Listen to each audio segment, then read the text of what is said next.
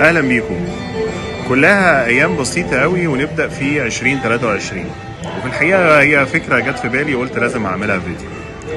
الحاجه اللي انت بتعملها دارسها كويس، شاطر فيها، بتذاكرها، بتحضر لها، تعبان في كل تفصيله صغيره وكبيره فيها، ما تسمعش لاي حد. الحد الوحيد اللي ينفع ان انت تسمع له هو ان يكون عنده خبره في الحاجه اللي هيكلمك فيها، او يكون عنده علم او دراسه فيها. طبعا لو عنده العلم والخبره ده يبقى شيء رائع جدا. غير كده ما تسمعش لحد.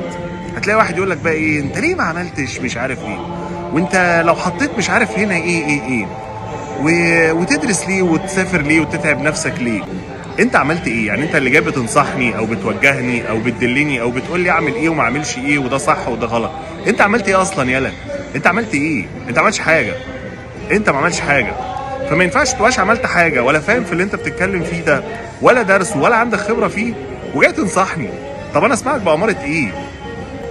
فاهم الحاجه اللي انا عايز اعملها كويس قوي وتعبان فيها ونفسي فيها وانا حاسس ان انا شاطر فيها ومحضرها كويس، ايا كان ايه هي الحاجه. كورس هتاخده، دبلومه، ماستر، ماجستير، كورس انجليش، تفتح مشروع، تسافر، اي حاجه، ايا كان الحاجه اللي انت عايز تعملها مركز فيها كويس، محضر لها كويس، عندك الرغبه فيها وعايز تنجح فيها، فاهم انت بتعمل ايه.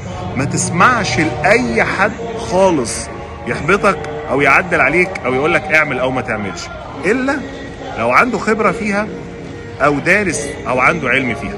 غير كده كل سنه وانتم طيبين.